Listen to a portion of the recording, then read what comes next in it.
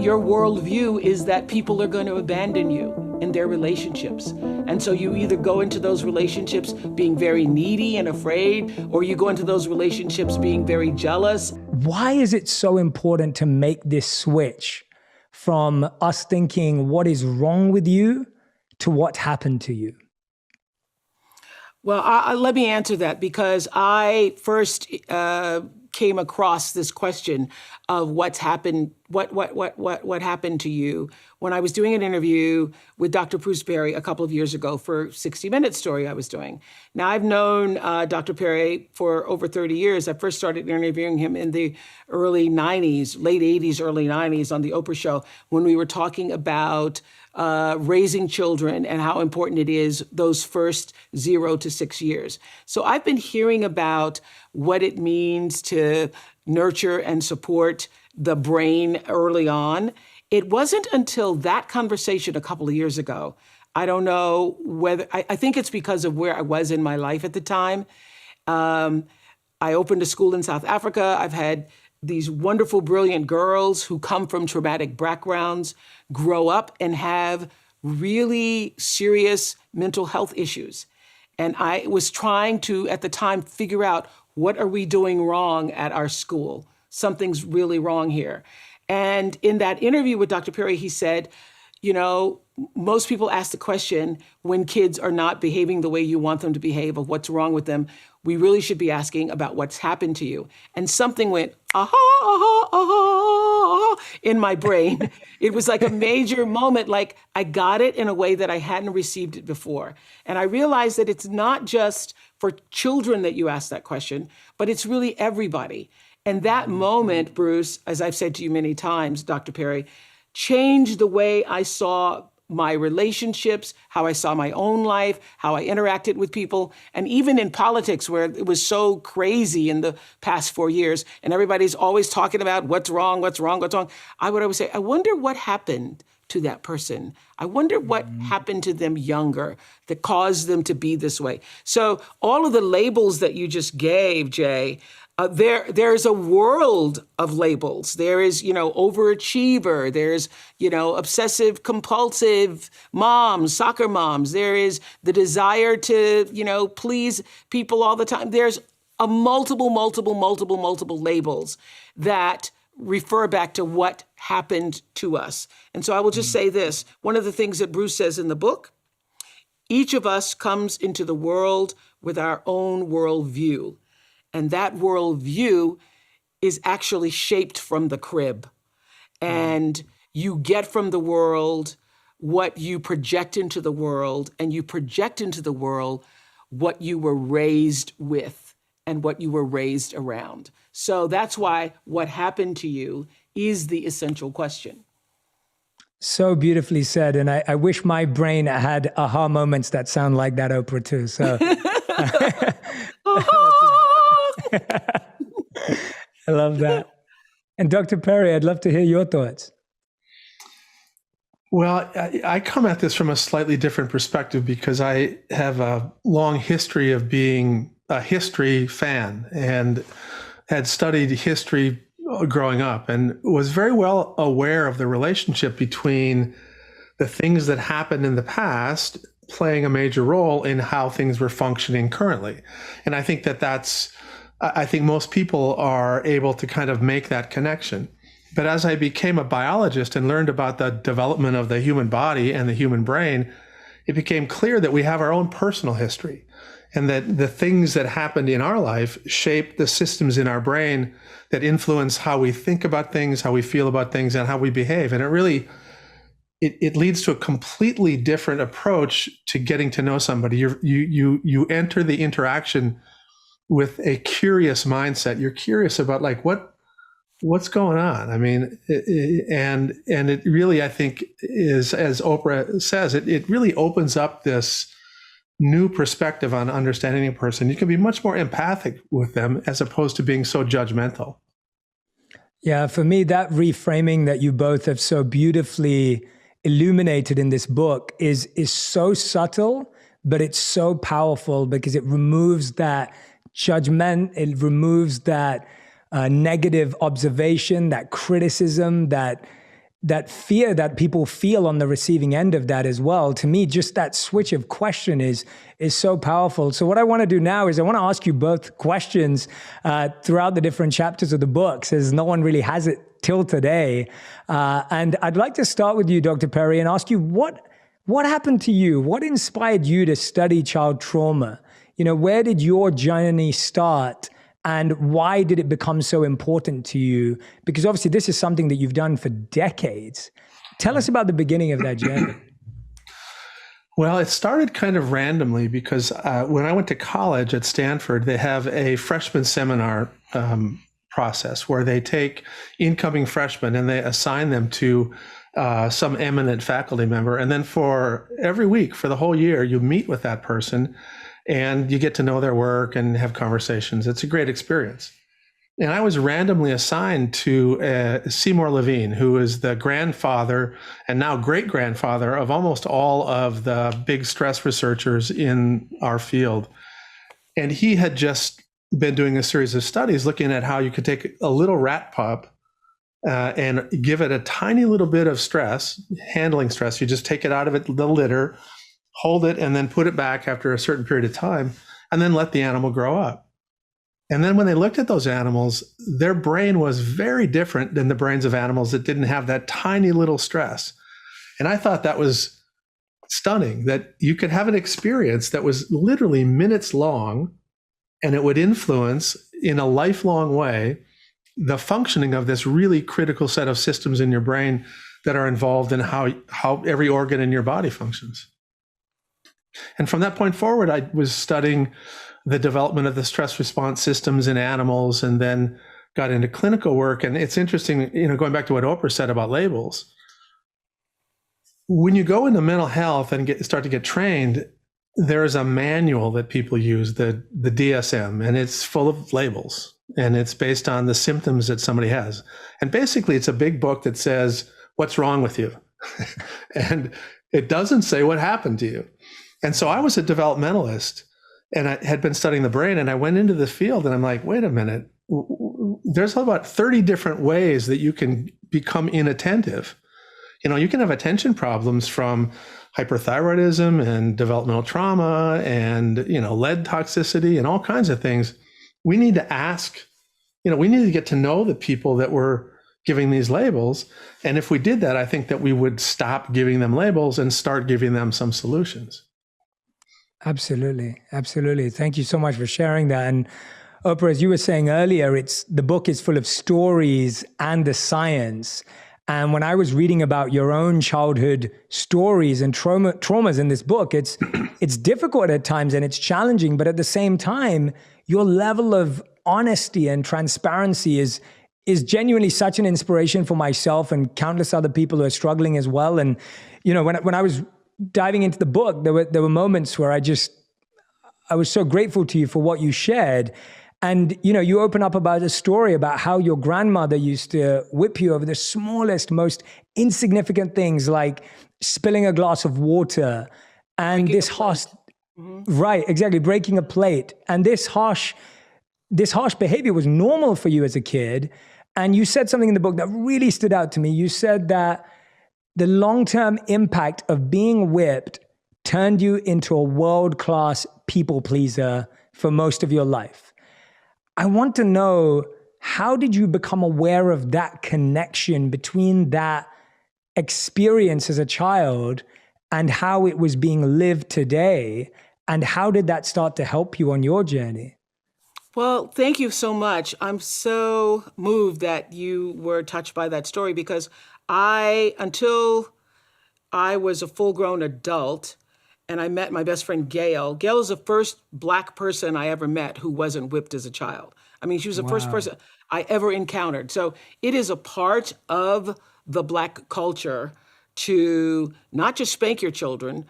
Almost everybody you run into of a certain age was whipped as a child. So that was such the norm for me that writing about it for the first time is the first time I actually recognized, oh, this is not a normal thing.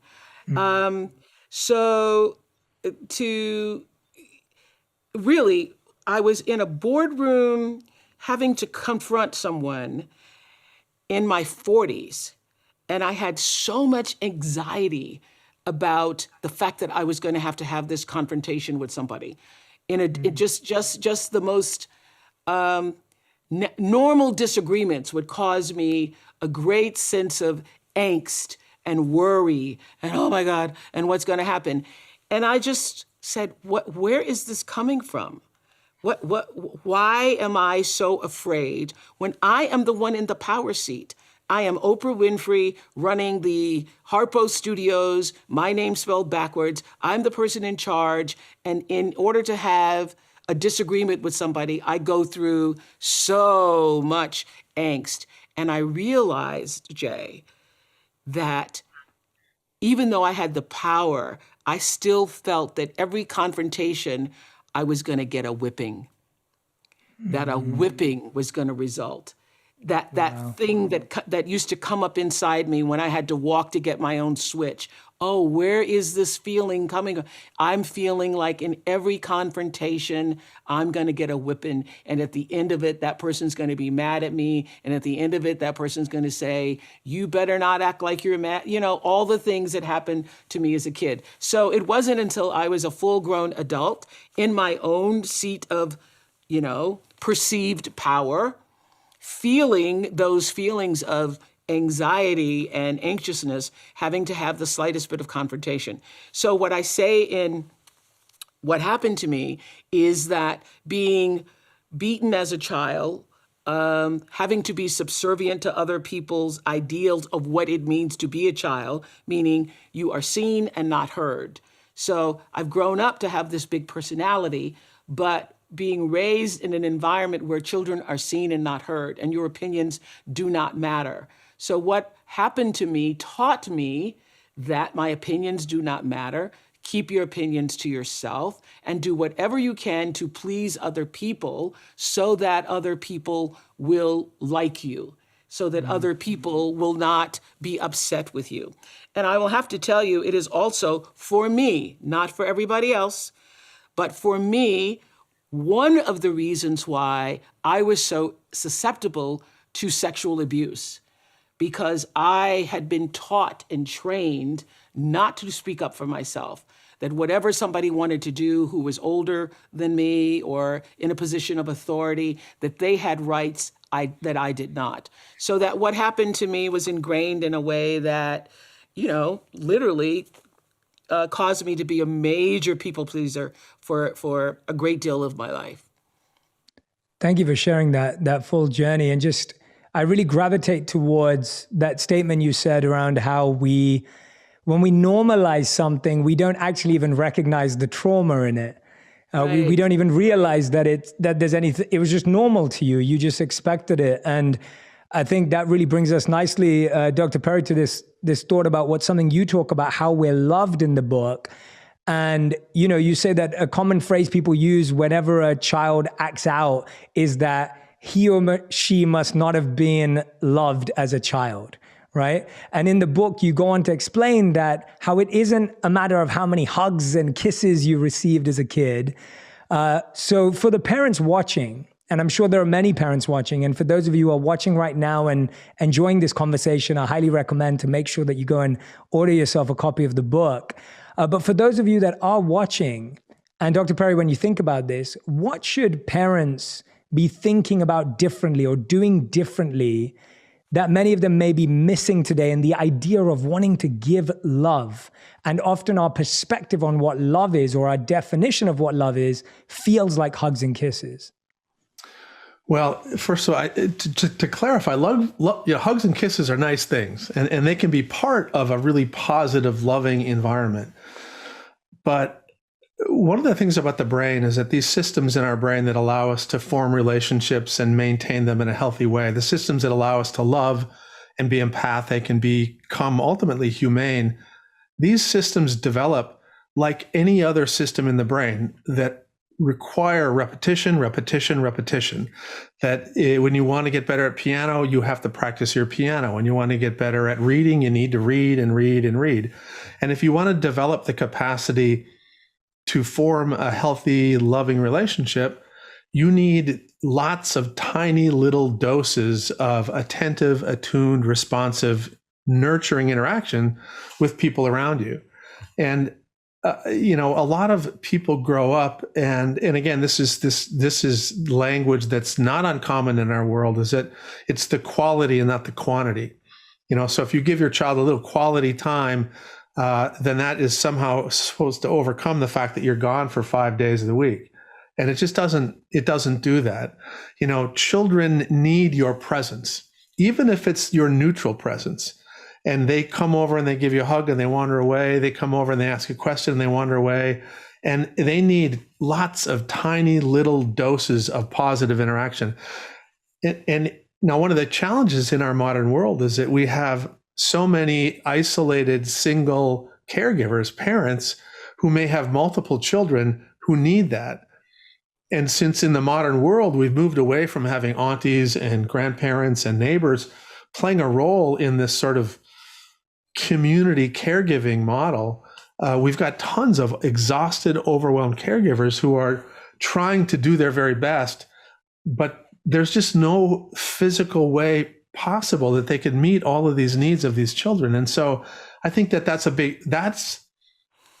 burden that our society needs to address and think about how to create more relationally enriched environments to support our young parents. Because the vast majority of them would do the right things. They'd just be drawn to do the right things if they weren't exhausted, worn out, worried about housing, worried about food. We structurally contribute to the inability of these caregivers to provide those loving environments. Yeah, one of the things Dr. Perry says in the book, Jay, is that we're the only country in the world that does this, that we're the only country that expects a single mother to be everything and all things, to children. So whereas other countries where there is, number one, a greater respect for the elders and the elders' involvement in the child's development, and aunties and cousins and family members. And so when you don't have that, these moms, which I feel so deeply for, moms who are trying to do it all. It's impossible to be able to do it all. Right. It is. And the thing for an infant and a child growing up, love isn't the feeling the parent has for the child. Love is an action, right? Love is sort of night after night after night after night, getting up and meeting their fundamental needs when they're hungry, thirsty, cold. And over time, as they build in these neurobiological capabilities to mature, then you can move to more emotional variations of that equivalent of love. So now that we're adults, we can actually say, you know what? There's somebody in my past who was present and attentive, and I love that person. And if that is love, but your ability to sort of build that much more advanced neurobiological capability emerged from thousands and thousands and thousands of repetitions of these loving, nurturing relational interactions. I think that's such a great point because as I grew older, and it wasn't just my grandmother whipping me, but other people, I remember getting a whipping once and having one of my relatives say, I'm whipping you because I love you. Well, it certainly didn't feel like love. But I know that for that generation, the idea of I'm going to keep you in line and I'm going to make sure you're disciplined and that you're going to obey and do the right thing, in their minds might have felt like love, but certainly did not feel like or was interpreted by me to mean love. I mean, I think for anybody who's listening to us or watching right now, and I know if you are culturally raised the way I was, you have a lot of pain behind those whippings. And I remember doing a show on the Oprah show years later talking about should children be spanked. And a Black woman stood up and said, well, I got beat every day. And I was in the choir and my father beat me in front of the whole congregation in church. And I turned out okay. And I'm like, did you really? Because anybody who's ever been hit realizes the humiliation of that. What you feel more than anything, even as a little kid, is the humiliation of it. And what you are being told in that moment is that you have no value, that you are worth nothing, that you are so worthless that I get now to lay my hands on you and physically beat you. So it takes a lot. And I would have to say that it was a lot for me to overcome, to begin to understand that my life was of value. And as I say in What Happened to You, what did that for me were relationships with my teachers.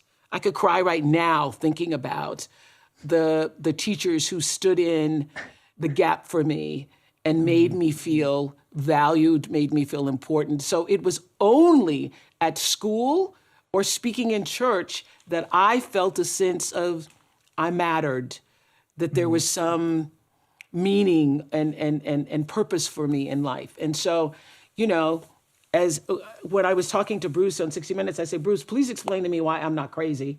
Because I, you know, grew up in these circumstances where I should have no self-values, no self-worth.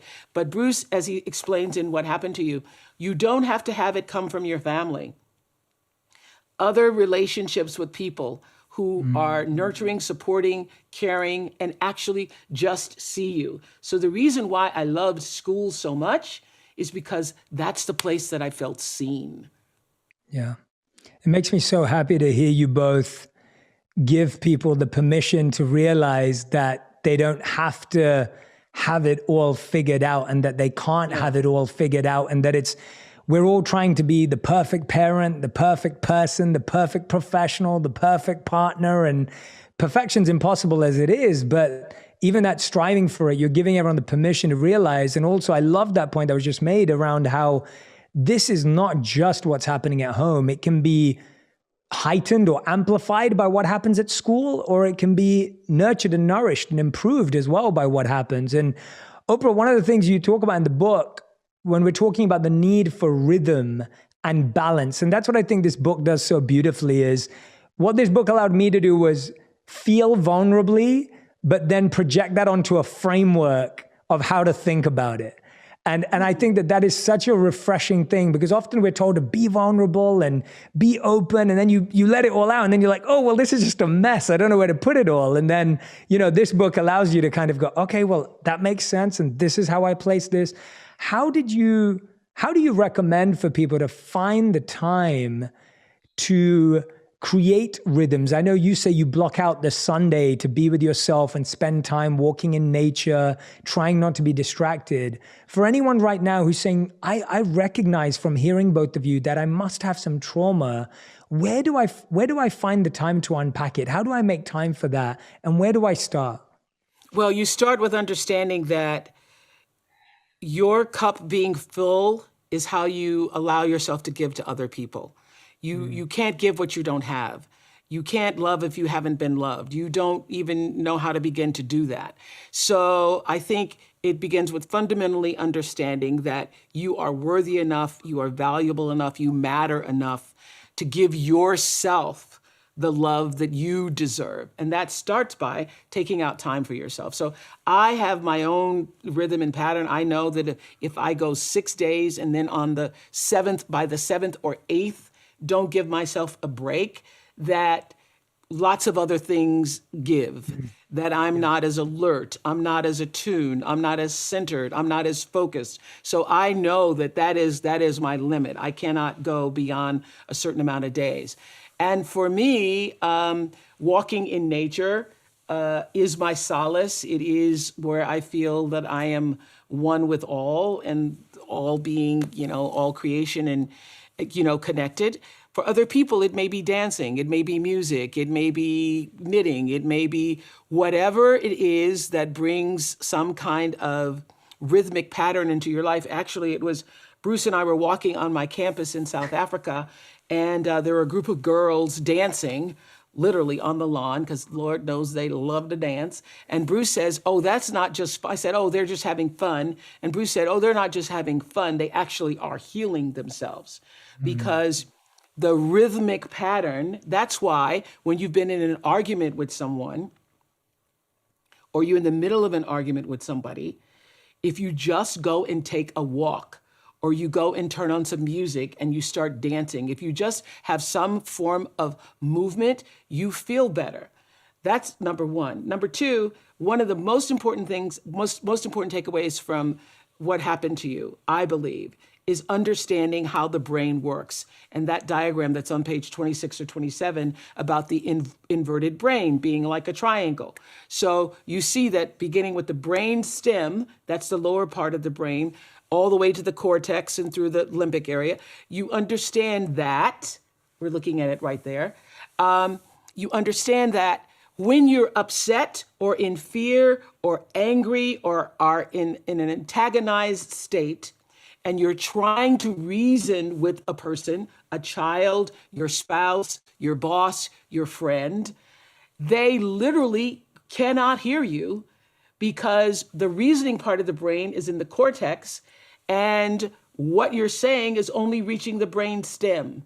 So whenever somebody is dysregulated, which is what that is, being anxious and fearful and yelling and screaming, the thing to do is to calm yourself first. Then you will be able to help that other person get calm and regulated. That's how you get to reason. But if you both are just yelling at each other, literally, and you're going, you don't hear me, and you don't hear me either, and you know, they actually cannot hear you. That's what I thought was so fascinating.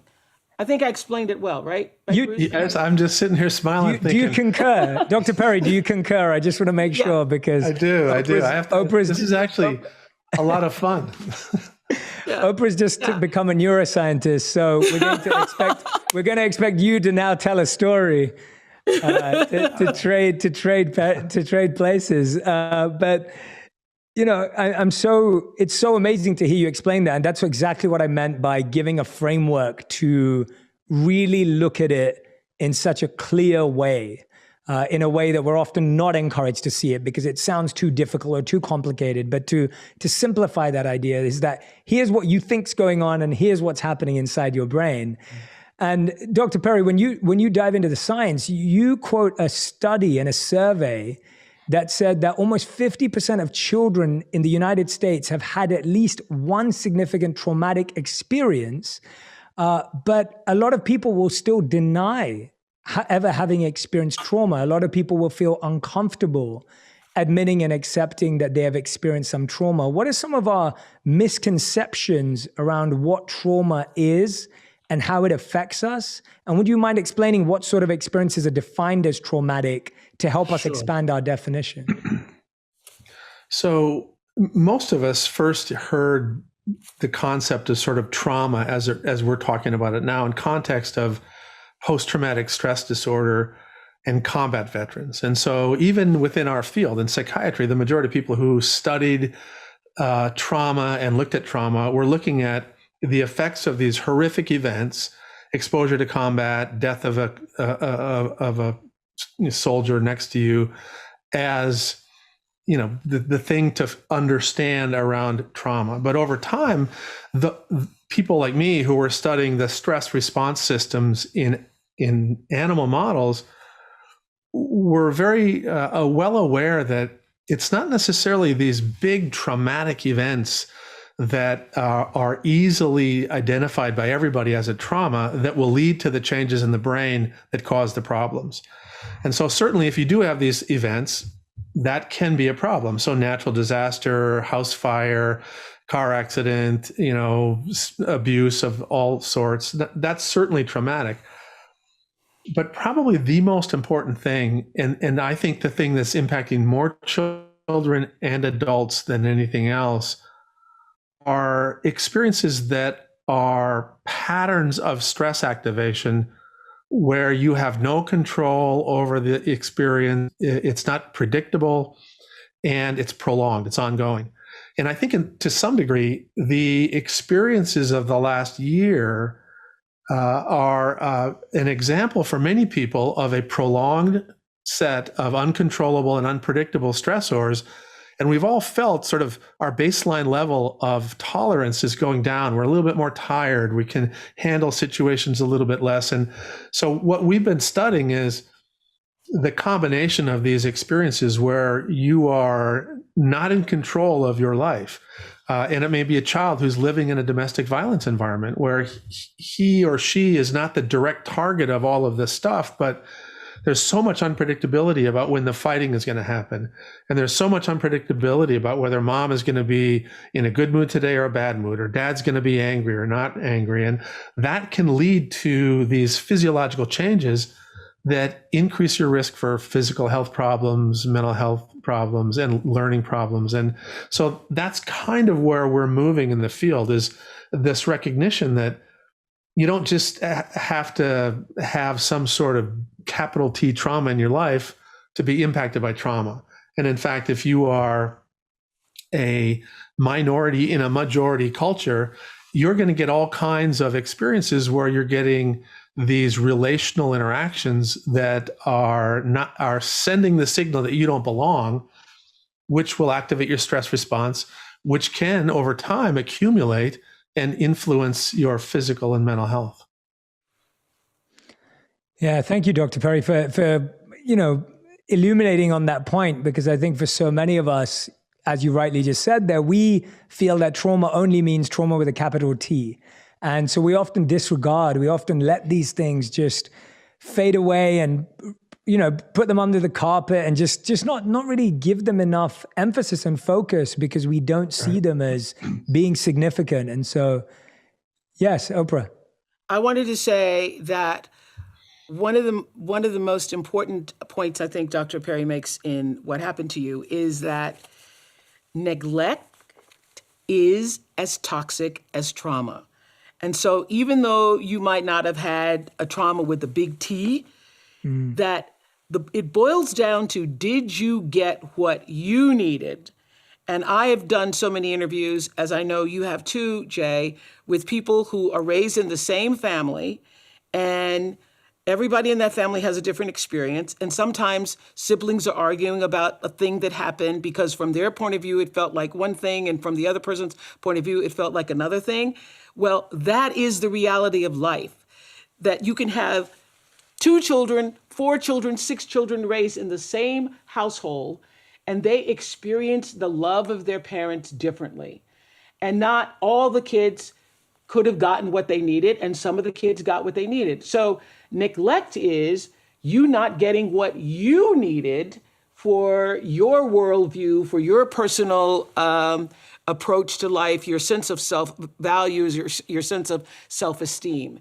And so I have seen in the thousands of interviews that I've done over the years that the level of dysfunction in a person's life is almost directly proportional to how they were loved, what happened to them, and how they were able to receive or not receive that love. So the what happened to you isn't, just for people who had the big T traumas, but it literally is what happened to you. Were you loved? Were you not? How were you loved? How was that love applied in your life? And were you able then to apply it in the rest of the world? So I know many people are listening who didn't get what they needed. And I say this to my girls in South Africa all the time because so many of them were born during the year of, during the decade where so many of their parents died of AIDS. And they have this sense of abandonment, literally going from one family to the next family member, and then that family member dying and that family member dying. And when you grow up feeling abandoned, and certainly abandoned from an early age, your worldview is that people are going to abandon you in their relationships. And so you either go into those relationships being very needy and afraid that this person's going to leave me, or you go into those relationships being very jealous and, holding on and having to know where you've been and looking at people's cell phones and all of that because you're afraid that you're going to leave me. And so what happened to you, no matter who you are, is important in understanding why you have the worldview that you do. I was sharing and making a lot of videos, and I started committing more to creating more amazing content that I loved and enjoyed. And we made some amazing videos last year. And the number one thing I used to hear from everyone else, and this wasn't the voice in my head, this was the voice of the noise of outside, was, Jay, when are you going to get like media? Like when is like someone, when is media going to take notice of you? Like when is this going to be? And it was so interesting because that last point you made it was patience Yeah. that had to be practiced. Yeah. And for me, it was not like, oh my God, and I was like, that's interesting because people are saying that that's when they'll accept that this is successful. Right. And Interesting. I had to make a choice whether I was going to let that definition define that I felt successful now, or do I feel successful now because I'm doing what I love every day and I really enjoy it and it's helping people. Beautiful. Yeah. And I think that was such a distinct thing for me because, and then when I let go of that and had that patience, then this year a lot of that came. Then you're on Ellen, you know? Correct. And all of that came totally organically. None of it was maneuvered. Because you didn't care, you weren't trying, you were having fun. Exactly. And you're a prime example of what it means to be a super attractor. You're in joy, you're having fun, you're not attached to the outcome. That's how your entire career began. I'm not attached to the outcome.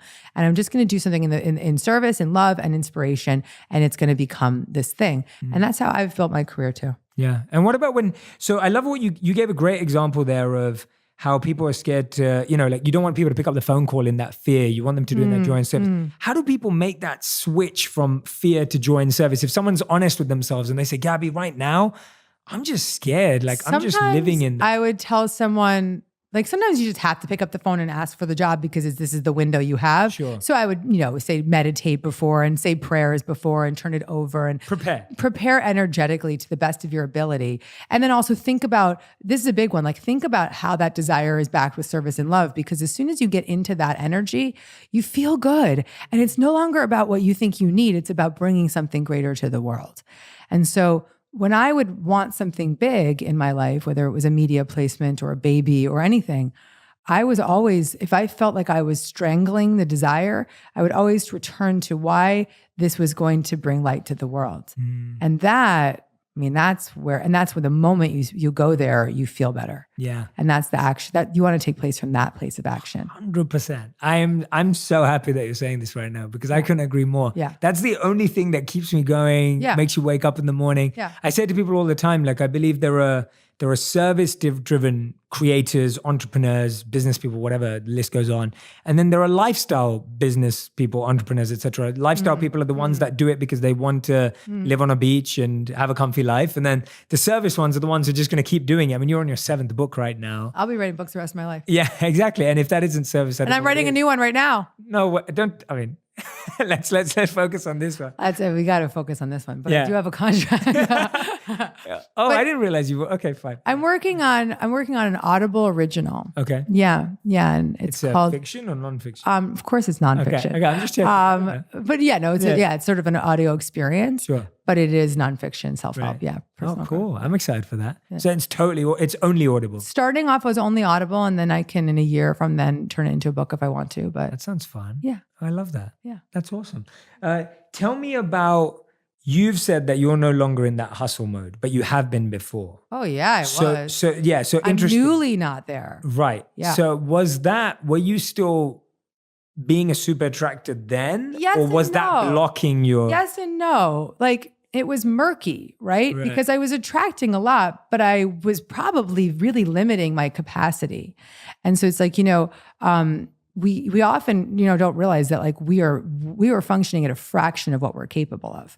And so I definitely was. Like, even though I was hustling and I was having fun and I was in service and I was in joy, things were happening, books were coming out, they were helping people, saving lives, right? But I was definitely blocking the full capacity of what I could be creating and giving, because I was hustling. I was a work addict, for many big reasons, right? I've talked very publicly about, didn't realize that I had trauma until I remembered it in 2016. And it was when I remembered my trauma that I started to truly heal my addictive patterns. It was like I got sober 14 years ago, and then that's amazing, by the way. Thank Congratulations. you. Yeah, and then I became a work addict, and I always thought like, oh, my work is in the pursuit of something so magical and so great and such great service that it's okay to be a work addict. Hell no. Hell no, it took me down. But then I remembered my trauma. And then in the recovery from really healing my trauma past and really working really through it and becoming more and more free today than I've ever been, in that journey, I started to see that the pushing and the controlling was the opposite of who I believed I wanted to be. And so at that point, I really just started to accept that I could have a no stress policy, and that I could do less and attract more. I could begin to rely on other people.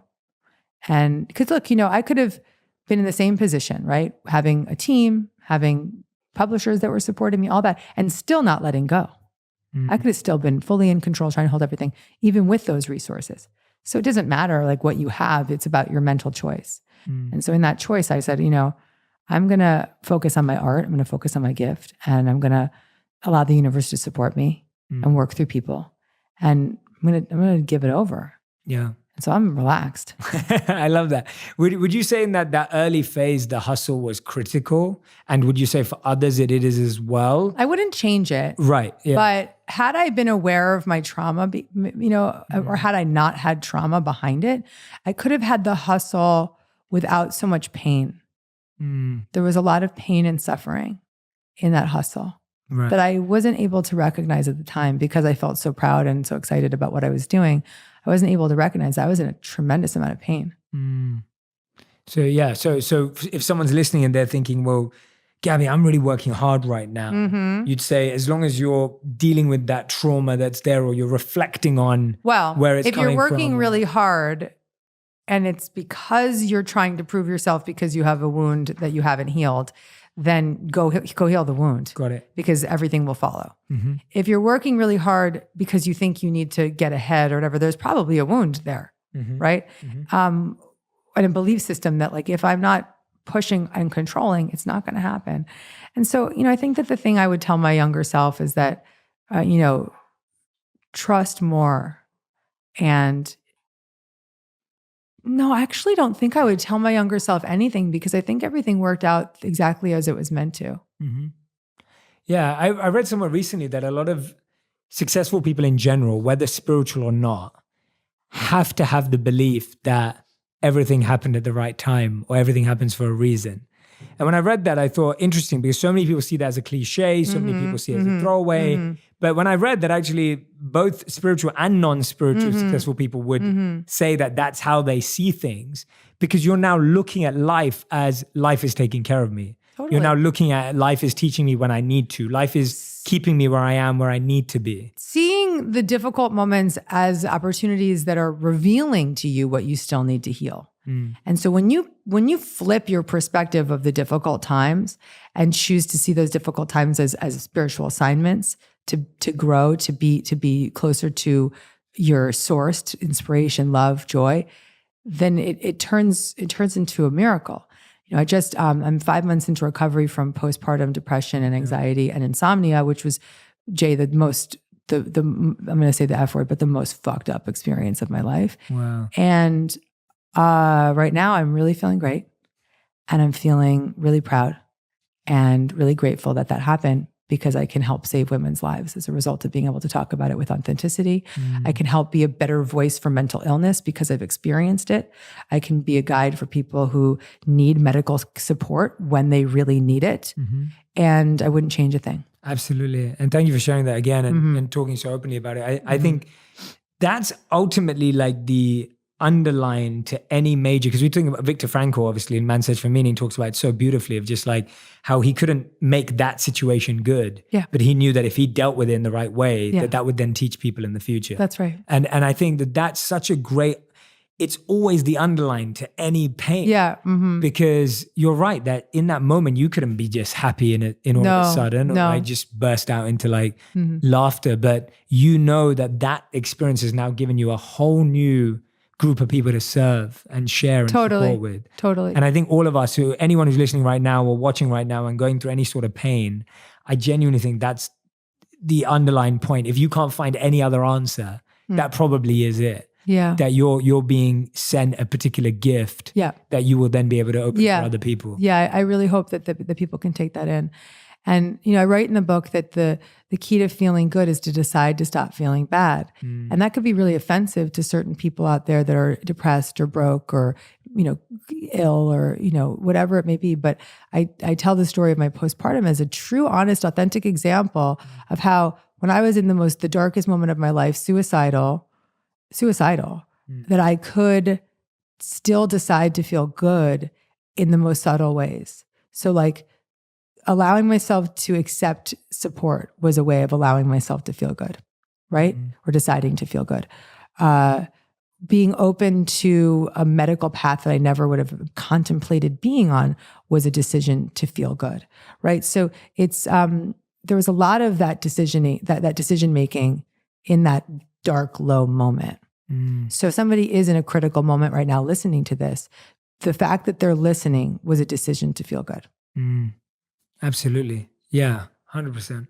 How do you take that, almost like the crazy high and low of like, you've waited, you've thought about it, you super attracted a beautiful baby, and then you go through depression afterwards. And it's like, how do you go through that in your mind from the point of view of like the extreme high of waiting for this, being patient for it? It's amazing. And then the next thing you know, you're at one of the lowest points. Like how do you mentally even just rally around that? I think that my faith is what got me through, because I knew I was being guided even if I felt at the darkest time. I knew that I was being guided. And when I started to really surrender was when the guidance could really come through.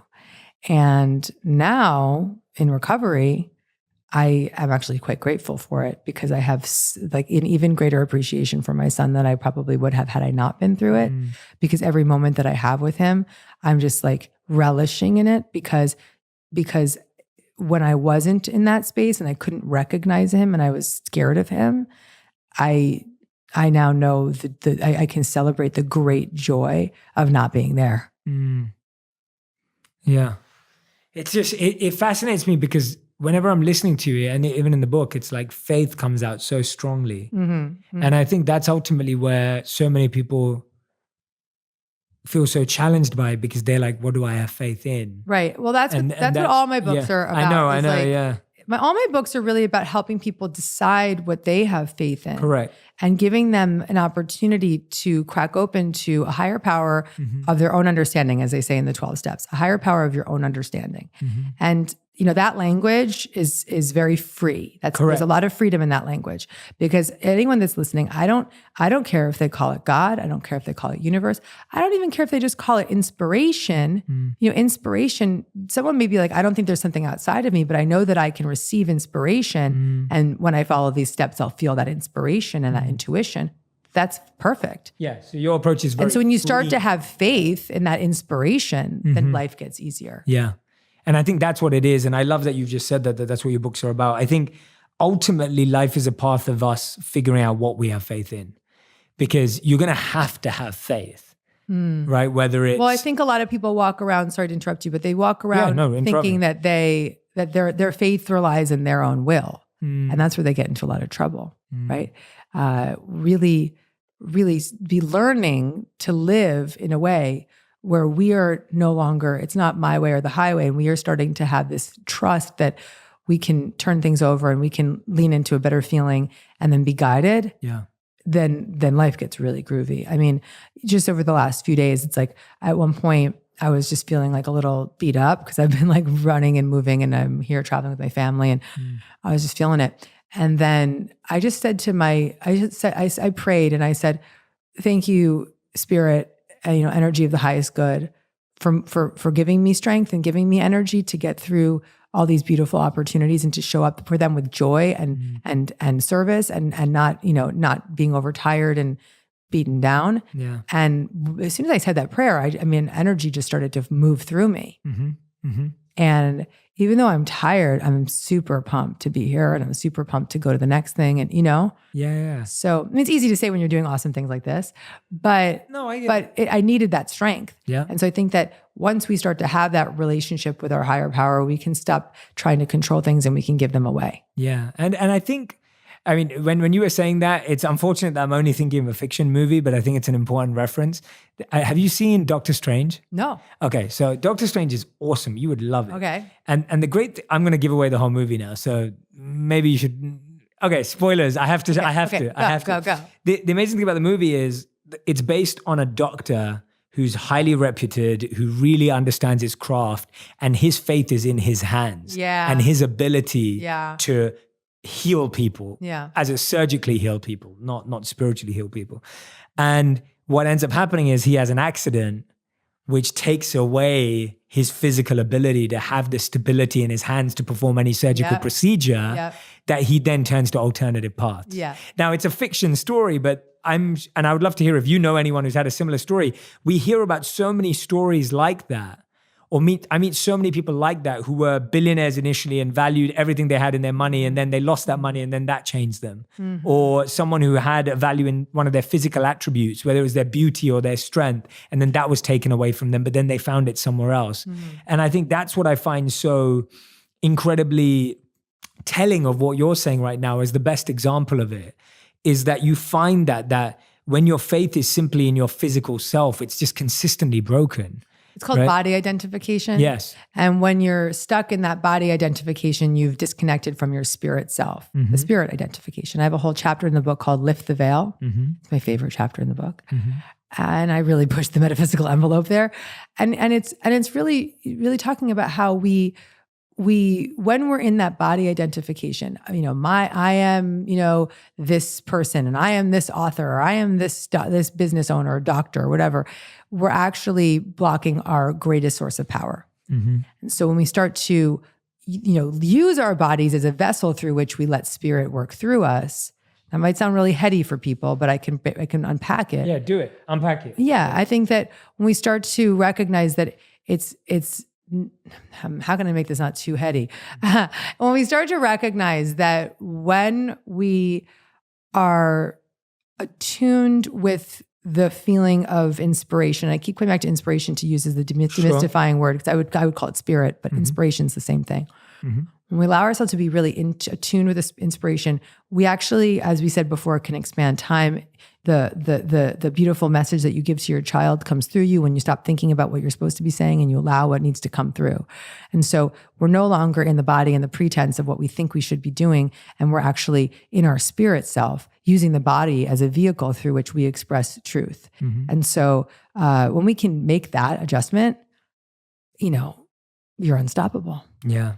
And that requires a set of daily practices and commitments, because I feel like getting to that point of even being able to let something work through you takes time, right? Like it takes it's not something that happens. It's not something you can turn on and turn off instantly. It's possible for someone to turn it on and have that quantum shift, but most people, I think they've spent 30, 40, 50, 60, 70 years, even 10 years, detouring into fear, as A Course in Miracles would say. Yeah. The Course calls it the descent from magnitude into littleness, right? So going down that fear-based path, repurposing it, replaying it, recycling it, making, creating more and more of it, and really believing in it, that, the years that you spend in that detour into fear, it's going to take a little while to unpack that and undo that. But it doesn't need to take as much time as it took to get there, right? Right. So that's where a spiritual path comes in. That's where even a personal growth path, just listening to you and just following this podcast is a part of the process of unpacking and undoing the ego. It doesn't have to be a painful journey. That's the other thing. Is people think, oh, it's, spirituality is so much work. Well, have fun along the way. Enjoy it. Even if you're having tough experiences, celebrate the miracle moments. Yeah. I always find that it's in hindsight, it's always the process that you fall in love with. Like, it's almost like, and it is in hindsight, but you have to start using that hindsight to do it in foresight. It's almost like before I used to look back at things that I solved and I was like, oh, it was so fun trying to figure it out. And so now I'm like, okay, let me just have fun figuring it out. That's right. Right? Does that make sense? Yeah. Yeah. And I can look back, I said like all these years I'd been suffering, but I can look back and be like, I had a lot of fun. I was suffering. I was going through stuff. I wasn't aware of what I was needing to heal. I was trying to heal. I was, having anxiety, whatever it was. But I was in the pursuit of feeling good. And so that commitment continued to guide me to feeling more and more health and well-being. Well, if everyone's listening right now and they're like, Gabby, I'm ready. I'm going to get this book because I think I need to, because what I think you're doing, and I love that you do this. And I said this to my team before you came. It's like, I really think you're spiritually challenging people today. Yeah. And I think that's a good thing. I think we need that. Yeah. Because it's easy to sit on the side of just the visible, and you're really pushing people into the invisible.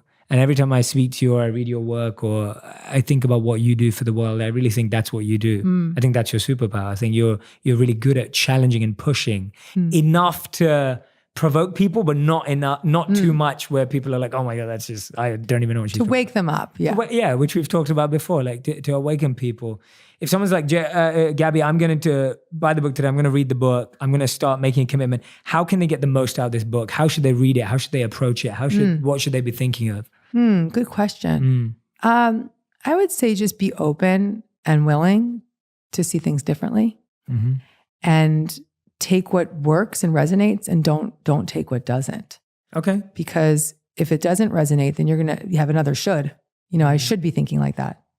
And the other thing that also happens with books for me often is something will resonate the first read, and then 3 years later I'll read it and it's like a whole new book. Yes. So trust that. Just let yourself be cool with that. Yeah. And don't judge your process. And I always say to people, like, if you take one lesson from this book, your life will change. My mission on social media is making wisdom go viral. So it's like, how do you take this wisdom that's like hidden away? It was only for the elite, or it was only for people who went and had these crazy experiences and adventures. How do we take that and spread it to everyone so that that average kid in London where I grew up, or the average kid in New York City where we are right now, can come across it and find it too? They don't need to go read a book right now. They don't need to go and travel halfway across the world to find it. And so with that, how did you start? Because you talk about how at 40, you had a spiritual awakening. How did you get to a point where you started to confront the fact that there were beliefs, pain, trauma from your past that you'd never faced before? And that's what's clouding and blocking so many people today. Our mental health or our mental wealth is lost because we're clouded by all this pain from the past, challenges we never looked at. How did you start to confront that? And where can people start too? Man, for me, I started unpacking a lot of that in therapy. I always say that when it comes to therapy, therapy is like having a real junkie closet. So you got just a messy closet everywhere. So you start to pack up the things that you don't need and things that don't serve you anymore, and you get rid of that. And then the things you want to keep, you hang up nice and neat, and then you got room to bring new stuff in. But to get to that point, it was just me not only asking myself a whole lot of questions, having conversations with other people. It's so funny, man. I got like friends who used to tell me that they thought I was a sociopath because I didn't really show any emotions, or I didn't seem like anything ever got to me, or I didn't have empathy for other people. And some of that could have been true, but I just think that all of us are just so selfish. So we're all just stuck in our own world. And I mean, I'm sure you can attest to the fact that when you really on your grind and you trying to get it, like, you're not thinking about nobody else. Like when I was thinking about everybody else early on in my career, it was like I had a bunch of stuff weighing me down, and it's like, yo, you can't take everybody with you until you get to where you're supposed to go. So I remember telling my homeboy DJ Frosty when I first got the job at the Breakfast Club, I said, you know what I'm gonna do, man, this time around? Something I've never done before. I'm gonna be completely selfish. I said, I'm gonna focus on me and only me. And then when I get to where I feel like I need to be, I'm gonna, start bringing everybody else along. So for me, when I started just having conversations with other people, right? Stop being selfish, like actually started listening. Because that's one thing social media did do. It woke a lot of people up because, just our language, like you would say little things. Or I remember one time I got on Twitter and I said something about females. Like I thought, yo, females, whatever. And it was just like all these comments, you don't call women females. And I'm like, what the fuck? Since when don't we call women females? But that's just, new language, new information. And instead of, at first I dismissed it, like, man, I don't hear that. But then after a while I had to just stop and say, okay, well, let me see why they don't want to be called female. So they broke it down to me why they don't want to be called females. I even, conversations with black women, you know what I'm saying? Like we tend to take for granted, black women. I told I used to work with this young lady named Crystal. I used to have my TV show Uncommon Sense, and she used to be on there. And I remember saying to her one day, like, I really did not know black women felt the way they felt, because my whole life, the strongest people around me was black women. My mother, my grandmother, my aunts, my girl who's now my wife. So I just wasn't paying attention to what they were saying. I just assumed that they would always be there for us. And I just assumed that they were strong enough to handle any load. But they was tired. You know what I mean? And they was tired of a lot of the fuck shit that we was doing. So for me, just those type of conversations started making me be just way more aware of what was going on around me, and it started making me be more aware of what was going on with myself. And I remember having a conversation with my homegirl, Amanda Seals, and I remember Amanda saying, yo, brothers are damaged. They don't want to admit that they're damaged, and they don't want to do the work to get no healing. And I remember just hearing that word, healing. And I remember saying to myself, I'm going to go get me some healing. You know what I mean? I'm going to go get me some real spiritual, emotional, mental healing. Forget the gym 3-4 times a week. You know what I'm saying? I'm about to start going to the therapist every week, and I'm about to start meditating, and, I'm about to, just do whatever I got to do to really put myself in a mentally healthy space. And then I wanted to get a handle on my anxiety. So, panic attacks is something that I experienced my whole life. And the last not the last really bad one, but the one I had that made me realize I was dealing with anxiety was when I was back at home living in Moncks Corner, South Carolina with my mother at like 31, 32 years old. My daughter was like 2. My now wife had to move back home to Moncks Corner with her parents. And I had just gotten fired for the 4th time from radio. Finally started collecting unemployment because all the other times I was too proud to do it. So I started collecting my unemployment checks. And I remember driving down I-26 in South Carolina and feeling like I was about to die. Like same feeling, the same shortness of breath, same crazy heart palpitations, had to pull over, drink some water, said a quick prayer like, please, God, don't let me die on the side of the road. Like I promise I'm going to go to the doctor tomorrow. Went to the doctor the next day. Doctor's like, yo, you got a healthy heart. Your heart is fine, But he said, do you suffer from anxiety? And I'm like, no. He's like, it sounds like you had an anxiety attack. And I'm like, I've never had that before. But I thought about it. I'm like, yo, my whole life I've had these things. And then the doctor said, are you stressed out about anything? I'm like, hell yeah. You know what I'm saying? So in my mind, I could always point to something else. So I didn't deal with it. But then once you get, my next gig was the Breakfast Club. 4 or 5 years later, you richer than you ever been. You got more opportunities than you ever had, but you're still having the panic attacks. You're still having anxiety. And you're like, okay, where is this coming from? And then finally my wife was like, yo, take your ass to therapy. Just go see what's up. Instead of flirting with the idea and talking to other people about therapy, go. And that's what I did. And then, when you start going to therapy, you start unpacking all kind of shit. Yeah. You start dealing with trauma from things that happened to you when you was young, things that you thought you dealt with that you hadn't. You start focusing on your PTSD from things that happened to you when you was young. And then you start thinking about, the pain and the hurt that you still feel from certain situations. And you don't realize you have been redistributing that pain to other people for so long. That's why you didn't have no empathy for nobody else, because you really was hurting. And you've been hurting so long that you numb to what it is you actually feel. So, yeah. I love that, man. And that's the challenge, right? Like all of us have been through stuff, but we've never unpacked it. We've never repacked. We've never unlearned. We've never figured it out. And that's why we end up in this position. And the problem is denial. We sit there and we deny that we have any experience of stress or pressure or anxiety, when the truth is we're dealing with a lot of it. And I love that. I love the fact that you're making that point clear, is that whatever you're experiencing, you're destigmatizing mental health, because we think mental health has to be something super mental, right? Like we think mental health has to be something like schizophrenia or like a complete personality disorder or something. We don't realize that it could just be regular anxiety. Yeah. I didn't realize anxiety was a mental health disorder until I started going to therapy. Yeah. And I remember when they asked me to write, my second book. Well, they didn't ask me to write one, but they wanted me to write a second book. And I was like, I really don't have anything to write about. Because at that point, I was really just trying to figure my life out. Because you got to understand, like, when I started going to therapy, I'm 40 now. I might have started going to therapy around 38, early 39.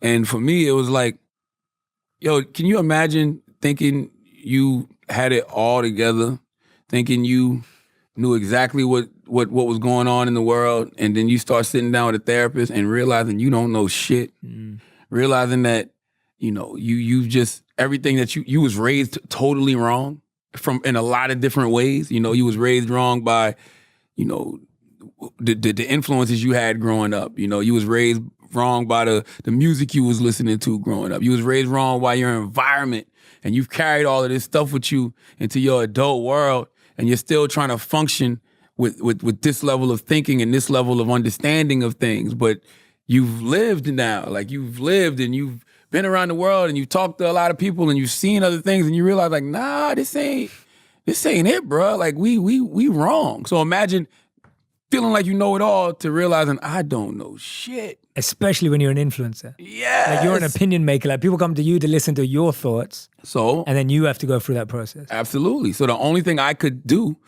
is like, you know what? I got to take people on this journey with me. Simple as that. You know, I remember telling my book publisher, like, look, you know, I've been going to therapy. I've been keeping a journal.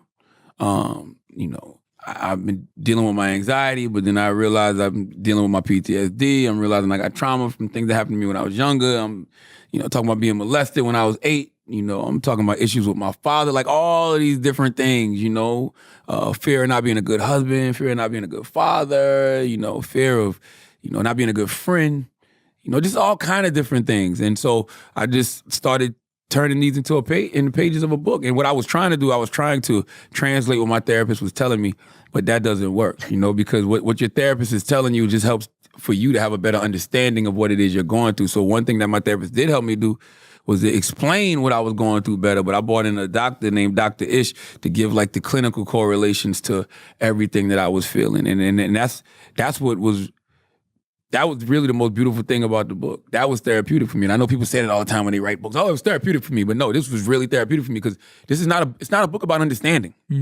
Like it's not a book, it's a book of confusion. It's a book of unpacking. It's a book of, this is all the shit that don't serve me no more. This is what was fucked up about me. You know, and I don't want this no more. Like, here, y'all take this. This is gone. You know, because I'm at stage 0 right now. And guess what? Happy to be at stage 0. Like it feels good to not know. Yeah. You know, and it feels good to say you don't know. Yeah. And I feel like at 40, I'm doing more unlearning than learning. Absolutely, man. At this point in my life. Yeah, absolutely. And that's the biggest challenge today is like that ability to speed up unlearning, relearning. Yes. Right? Relearning again. And I think so many of us get blocked by thinking we know it all already. So I love that, man. It's a great message. Let's tap into some of those fears in a bit more detail because I think your unlearning and your healing in those are awesome. So if we look at something like parental paranoia, which I know a lot of people have, like becoming a parent, I'm not a parent yet, and that's why I'm asking, but I'm also asking it because one area of wisdom that I don't talk about is parenting because I'm not a parent. And I know my audience cares a lot about this. So let's talk about that parental paranoia, which I think is very normal. How have you kind of grown to deal with that and work with that or heal that? You said something earlier. You said something about what'd you say? You realize your parent, when you realize your parents. The day you realize your parents are right, your kids are telling you that you're wrong. Yeah. And I guess that was another one of those moments, you know, only because you think about all the times your grandmother used to trip out over you. All the times your mother and father used to trip out over you. Wonder where you was at and why you didn't come home. Like, I remember my father, you know, gave my older sister a beating because she broke curfew. And I remember everybody running around the town looking for her, trying to find out where she was and this and that.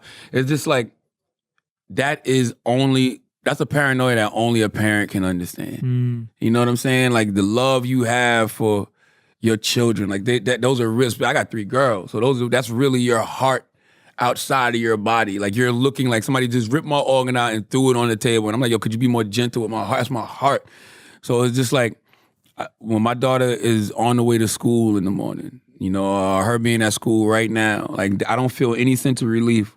Well, I got a sense of relief now because I know it's 3 o'clock. So she's out of school now. She got out of school 2:30, but I don't feel any sense of relief until I know she's home. You know, only because I don't know what she's going to experience at school, especially nowadays. You know what I mean? Like these kids are growing up way different than we ever grew up. And then you see stupid shit on the news like school shootings and you like, man, you know, like you start thinking the worst at all times, you know? And it's just like, those are the things that I'm afraid of, you know? And even just when your kids get older, I remember somebody asking me the question one day, somebody said, I think Jamel Hill asked me this. Jamel Hill said, are you the type of man you would want your daughter to date or be with? And I was like, yeah, probably me from 35 to 40. Anything before that, hell no. You know? But that's honestly, think about that question. Yeah. Like, if you got girls, are you the type of man that you would want your daughter to date? Like stuff like that is what'll help you go out there and get the healing you need if the answer is no. You know what I'm saying? If the answer is no, then go out there and get that healing you need. Take your ass to therapy, whatever it is you got to do to, you know, be the man that you would want your daughter to date. So like I'm paranoid about all of that stuff. Like it's certain things that I've already embraced. Like I know one day my daughter's gonna have sex.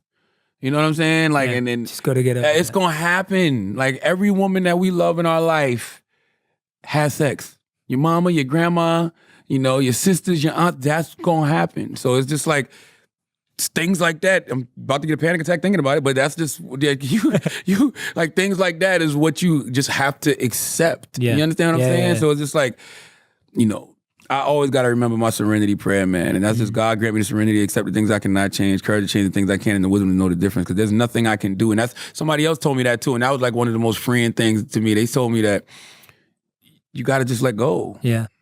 Like no matter how I can grab my daughter like this and hold on to her tight. I got to let go. She's 10. My other daughter's going to be older in a minute too. She's going to be in school. Like they got their own lives that they got to live, their own lives that they got to lead. Only thing I can do is just guide them along the way. Absolutely, man. Absolutely. No, you're spot on. And I think that's, like you said, that's a natural feeling everyone's going to have. I always had that with my younger sisters. I've got a younger sister. I always felt like I fathered her to some degree. And there was always that feeling and that pain of seeing her date or whatever it may be. And you're right. That's just something you have to accept. Yes. And there's a big part of acceptance needed because you can't control everything. And that's also liberating when you figure that out, that not everything is for yours to control. Absolutely. And it's not for you to control. There is certain things to humanize yourself by, and you realize, oh, actually, I'm not that significant because I can't control everything. And I have to learn to accept certain things. Yeah, I was going to write a book. I mean, I don't think I'm going to go with this title anymore just because the energy of it don't feel right. But, at one point, I was going to write a book called One Day Your Daughter's Going to Suck Dick and Other Things You Have to Accept as a Father. Well, so now what's he going to change the title to? I might not change. I just thought that just feels a little too crash. You know what I'm saying? Like I know that sounds crazy coming from me, but I'm not. I guess I've grown. You know what I'm saying? I guess I've grown because at one point I'm like, yeah, that's the title. I love that, but then now it's like, I don't know if I want to put. I think it'll be a useful book though. Very useful. Very useful book. Yeah. But sometimes, man, you got to present the message in the right package. Yeah, Sometimes, people will dismiss you. And just because of that title, you know what I mean? Which I think is whack. I'm not that kind of person. I'm the type of person, if I see a book like The Subtle Art of Not Giving a Fuck, I'm going to read that book. You know what I mean? I'm like, oh, that's a dope title. Like that grabbed me. But I know I come from a different generation. I come from a different culture. I was going to name my first book, I Don't Give a Fuck and Neither Should You. A self-help guide on how not to give a fuck. And the book publishers was like, no, you'll never get into Walmart. You'll never get into Target. Nobody will buy a book with fuck in the title. Yeah. And then here comes The Subtle Art of Not Giving a Fuck. Mark Manson sold goddamn over 2 million copies. And I remember sending that shit to I wrote about that book in my book because I was talking about how, sometimes you just gotta listen to yourself. Like sometimes you're ahead of the curve and other people have to just catch up. And that's just the way our society is, especially when it comes to creatives. That's why you gotta let creatives just be creatives because they're already 10 steps ahead of you, but you got all of these suits, whether it's TV, whether it's the film world, whether it's books, like you just got these suits that are old and stuck in their ways, and being that they've never seen it work before, they'll tell you it can't work. Yeah. Not knowing that you might be the first that changes the whole game. Totally. Nobody wants to be game changers anymore. Yeah, absolutely. You look at Bohemian Rhapsody and Freddie Mercury. Yes. It's like such a game changer. And you look at anyone that we look up to or admire in the world, they've been game changers. Yeah. They don't write books about people who are not game changers. You don't make movies about people that are not game changers. But we've always been taught about how do you trust other people? We don't get taught how to trust yourself. Yes. Right? We get taught how do you communicate with other people? We never learn how to communicate with ourselves. Yes. And so if you never trust your own self, you're always looking for validation. Like, hey, do you think this is a good idea? Hey, suit, do you think this is a good idea? Hey, suit, do you think this is a good idea? And then that suit becomes your validation and your decision maker. Absolutely. And those are the most uncreative people in the world. Like I've never been more confident in my life than I am right now. And I'm confident in the fact that I don't know shit. Yeah. And I'm comfortable with that, you know? And I'm confident in the fact that I am a person who truly loves themselves. And the reason I truly love myself because I've done the work to truly love myself. And it's easier for me. And I guess that's why I get hurt a lot because I am a loving, trusting person. Because I'm at the point in my life where I try to see the good in everybody. You know what I mean? And I don't expect you to fuck me over. That's another lesson I've recently learned. Yeah, go for it, man. I still believe in the law of attraction, meaning that your thoughts become things. But I don't necessarily think I believe in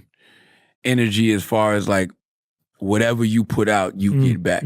Because it will always be somebody else out there who's having a fucked up day who will ruin yours. Because you got to think, all we're trying to do every day is avoid crazy. Yeah. Right? We're just trying to stay out of the way of negativity, crazy, evil. But guess what? Sometimes there's people out there who are hurt. And they haven't done the work on themselves, and they haven't, gotten to that place where they're trying to do any healing. And so hurt people. And sometimes we run into those people. Yeah. And it has nothing to do with anything that we did.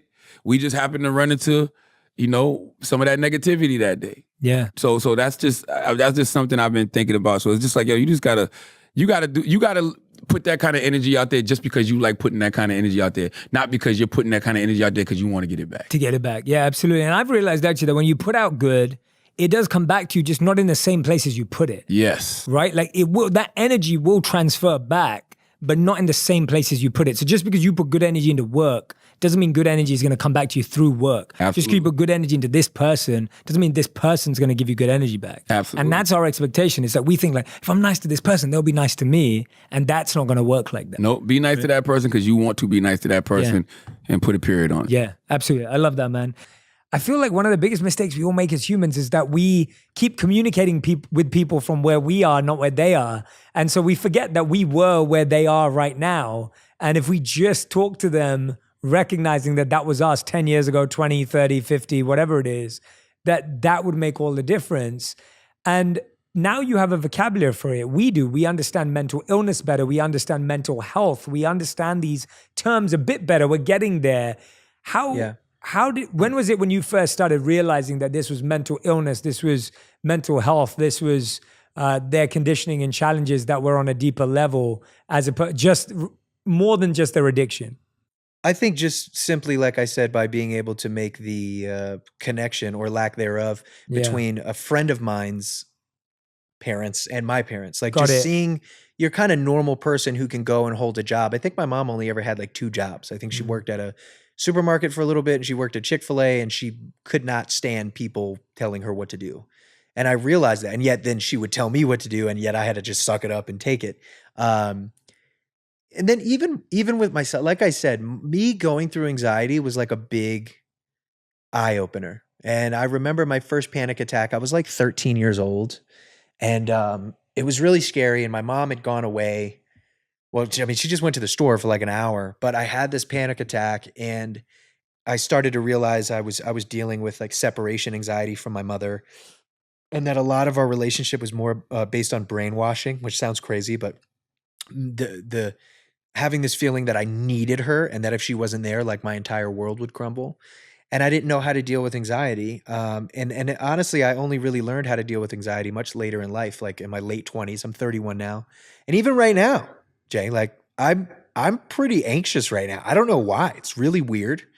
I felt fine before I got on in front of the camera. And even right now, like I have this like feeling of anxiety. And maybe it's a number of things. Maybe it's I'm recounting my childhood. I have a book that's come out.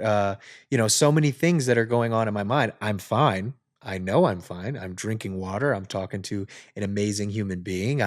Everything is okay. And yet internally there still is a part of me that feels a little jittery and a little nervous and a little this and a little that. And I've learned how to deal with that. And instead of like freaking out, I just go, you're fine. It's okay. Feeling this way is normal. I remember speaking with my therapist, and she told me, I was like, I hate the fact that I feel anxious.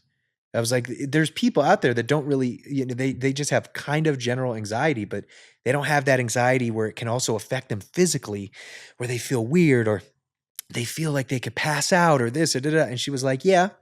And then sometimes it happens to them, like Tony Soprano when they're in their 50s trying to feed the ducks and in their pool.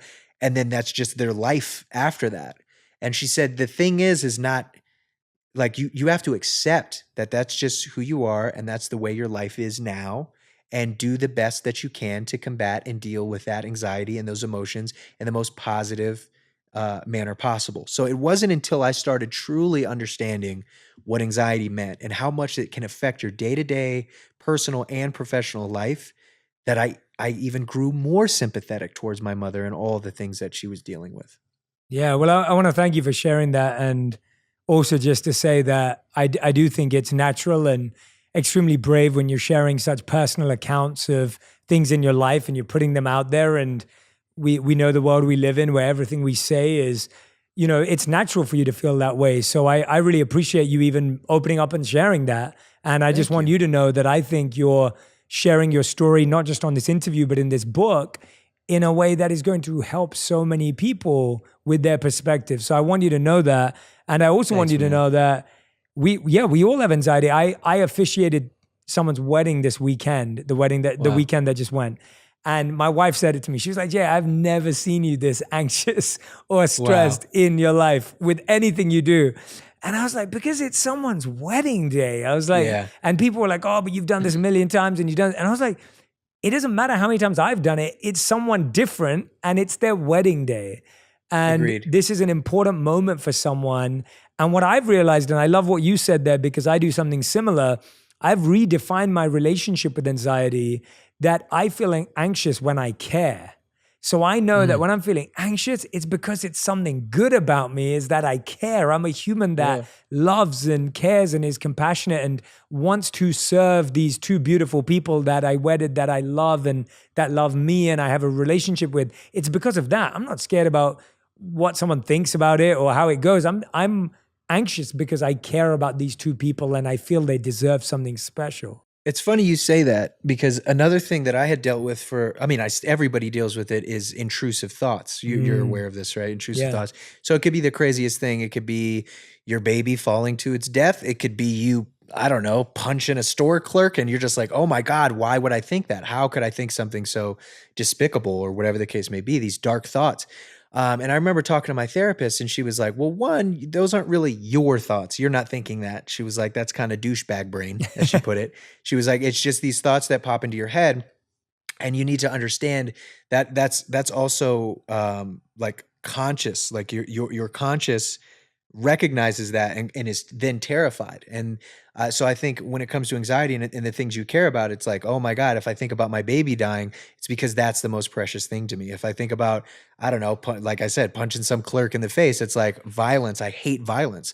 So it's these things that my brain is doing that I'm kind of then freaking out about, but it's about how we deal with that. If we then focus on it too much and obsess, why would I think that? Why would I think that? Why would I think that? Then every time we're in a situation where that thought is then triggered, then it just becomes more intense. And the key there is to not really focus on it, is to really not think about it, understand that it's a thought. It's a disgusting thought that you didn't even think in your head. It just somehow popped in and you were like, oh my goodness, to hell with you. And that's also how I feel about anxiety. I think there's a difference between legitimately like, oh, I'm starting to see stars, or I feel like I need to sit down. Like that could be different, even though it may be anxiety, but it's like, ask yourself, have you been working really hard? Have you drank enough water today? Have you eaten? Have you this? Have you that? And having the mindset to be able to just ask yourself what is going on. And that was something I couldn't do for a long time. I was very unhealthy, both physically and mentally.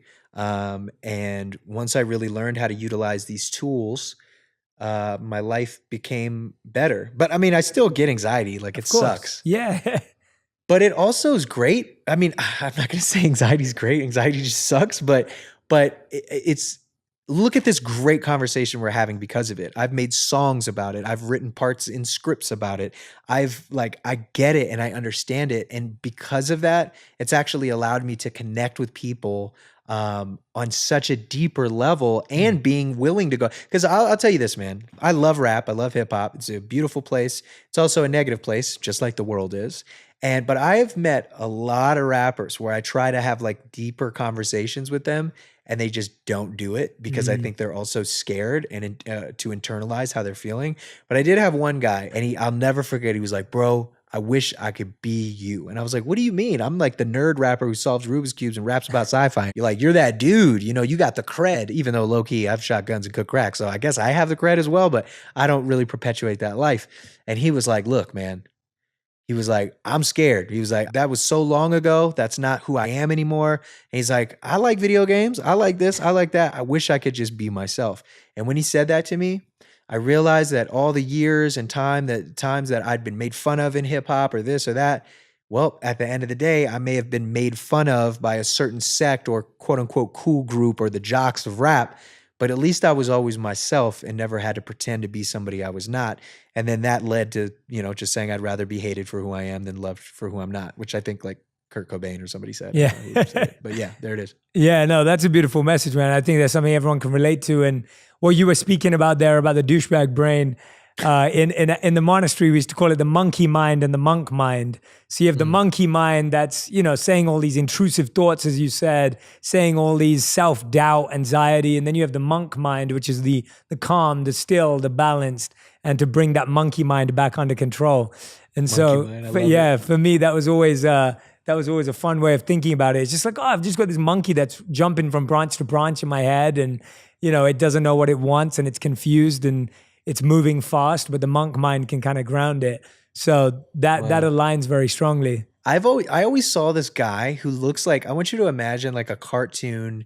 There's this episode of Futurama. It's one of my favorite cartoons, but I forget the episode, but there's like this liquid guy and he's like blue and he looks like just kind of moving water and his head's all back and he looks kind of cool. I imagine that guy in a leather jacket sitting on a beach chair in my brain, and he's responsible for these thoughts. He's, like you said, the monkey mind. It's like this monkey, but it's like, that's how I see this guy. And I've actually had conversations with this guy. Like, get out of here, dude. It's like chill, like stop. And then he'll say something to me that I hear. And it almost sounds like I'm crazy, right? Because it's like I'm having a conversation with myself in my head. But I have had this and I'm like, no, like not today, man. And sometimes he'll hit me with some crazy images or me freaking out or going to the emergency room or just all these things because I'm always constantly thinking about my health. And I have to have those conversations and tell the water blob or monkey man or whatever to calm down and do my best to be in control, which is actually really funny because I'm not in control. We're not really in control. And I think accepting the fact that you're not in control in some weird way gives you a bit of control at the same time. But yeah. Yeah. It gives you more control over what you can control if there's any of that you can do. So no, I like that. And I love the Futurama reference, all for Futurama references. Well, that patience, love, and compassion doesn't just come from anywhere. It definitely comes from a practice of meditating, having grace, and some people just aren't ready, and that's okay. And meditation helps me a lot to have grace and compassion for those people, because when I do sit down to meditate and I'm in a place where I'm angry, I sit and I think and I try to clear my mind, but if I can't, I think through it, and I end up coming to a point where I release the anger. And maybe it was because I know I'm a Leo and Leos can be very stubborn, that like I work so hard not to be stubborn. And so I try to have grace, because it is so easy for me to hold a grudge against people. I can hold a grudge and never speak to someone again. And that's not a trait that I'm proud of, because I've realized that that's not a very human thing to do. Being human is having compassion and understanding and respect for people, even when they mess up. And because we all do, we all mess up, and I've messed up a bunch, but I know that because I've messed up, I can have grace and mercy for other people when they mess up. I love that. I cannot tell you how beautiful that is to hear, and I can't wait for everyone to hear that. I think it's such a true statement that the mistakes we've all made, which we all make, I've made loads of mistakes, and you were saying you have too. All those mistakes, they ground us, they humble us, they remind us of how we're all, no one is immune to making a mistake, and anyone at any time can make a mistake, knowingly or unknowingly. And actually, I'm going to play that part specifically to my wife, because my wife is a Leo and she's so stubborn and she knows it. Yes. And so what you just said to me, I did not know that trait, that I didn't know that was a Leo trait. So I'm going to play that exact part to my wife and be like, look what Demi's saying. It's about the only thing I know about my astrology sign, but it's, I did not know that at all. So now I am feeling that I can be more compassionate towards my wife when she is stubborn. Because it's part of the traits. Tell me a bit about, what do you think when you're, one of the things that you did this year, and this was actually when I when I first watched your documentary, Dancing with the Devil, I was completely blown away. Like it was incredible. It was incredible. It's just I couldn't believe where you took us and where you allowed us in. And I know you said in this episode, in this podcast, you just said that, you shared your story and then you realized the perspective that it was so much bigger than your story, which by the way is, again, such a wonderful perspective. At the same time, you've been through so much that when you share, it helps so many. You talked about an experience with rape.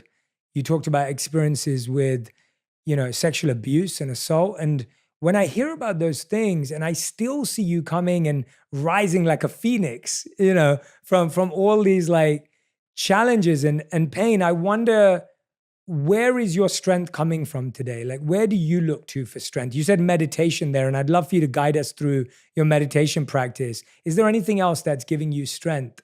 What's giving me strength? I mean, there's strength all around me, and that's my support system, whether that's my friends or my treatment team, or it's my friends, my family. It's people around me. I always have support and I never feel alone, which is beautiful. But yeah, I think some of my meditations, I listen to guided meditations, but I like to tone my chakras. And so I do like a sound bath and yeah, those are like, the great thing about meditation for me is that I thought that you had to be completely silent, still with your eyes closed and your hands like this. And there's different types of meditation. As long as you are quieting your thoughts and trying to just chill, then it's good. Then like you can meditate with your eyes open. You can meditate while you're doing things. It's just people don't realize how easy it is, and you don't have to be perfect at it. And that was what kept me away from meditating for so long, was trying to be perfect at it. Yeah, thank you for simplifying it for everyone. I couldn't agree more. When I learned how to meditate when I was 18, I was introduced to 3 practices: breath work, visualization, and mantra and sound. And it was so refreshing to realize that there was breath work for the body, there was visualization for the mind, there was mantra for the soul and the spirit and the energy. And to me, I was like, wow, there's a menu for meditation. And you could try which one worked for you and you could build it. And as you said, there is no perfect meditator. And the practice of trying to be perfect is almost as far away from meditation as there can be. So I love that you're simplifying it for so many people and making it natural. What's been one of your favorite meditation experiences? Have you had any that have really, maybe you've gained a message or an insight, or you've just been able to be really calm? Has there been an experience that you could share with us? There's been so many experiences that I could share with you. I mean, it's having a realization about things that you thought you would never figure out in your lifetime. Relationships that you thought were completely over, and then all of a sudden they pop into your mind during a meditation and you feel the need to reach out to them. So you do. And all of a sudden you've rekindled a relationship, or you've repaired a relationship that stubbornness I thought I was holding on to, for good. It's when I was able to release that stubbornness. And so sometimes I feel like my intuition is, when I meditate, it just like raises its hand and is like, hey, like, listen to me. Here's a song idea. Reach out to this person. Or even sometimes weird things happen where I don't reach out to that person, but they reach out to me, and it's interesting how your intuition starts to work when you really start to listen to it. Yes. And that is such a good point. Most of us, whenever we talk about the word intuition, a lot of people say, well, Jay, I don't hear any voices. And the truth is we don't hear voices because we've been ignoring it for so long. And you're right that as soon as you start to listen to it, it gets louder, it gets stronger, it gets more powerful. That's such a great point, that as soon as you start listening, even if it's the tiniest bit of intuition, if you start listening to it, that voice gets so much more stronger and powerful. And you're so right, Demi, that in that meditation, you're giving space for that voice. Yes, you are. You're putting that voice in an amphitheater. You know what I mean? You're giving that voice a huge platform to reach out and say, "Hey, this is what's on my mind." Your voice sounds very cute though, saying "Hey" with a little hand up. That sounds like an adorable voice. It seems like an emoji with a voice. whereas someone else might be like, I don't like the voice in my head. But that's the noise. That's the noise. The voice in our head should feel like a smiley face emoji. That's like, please listen to me, please. Yeah. Yeah, please.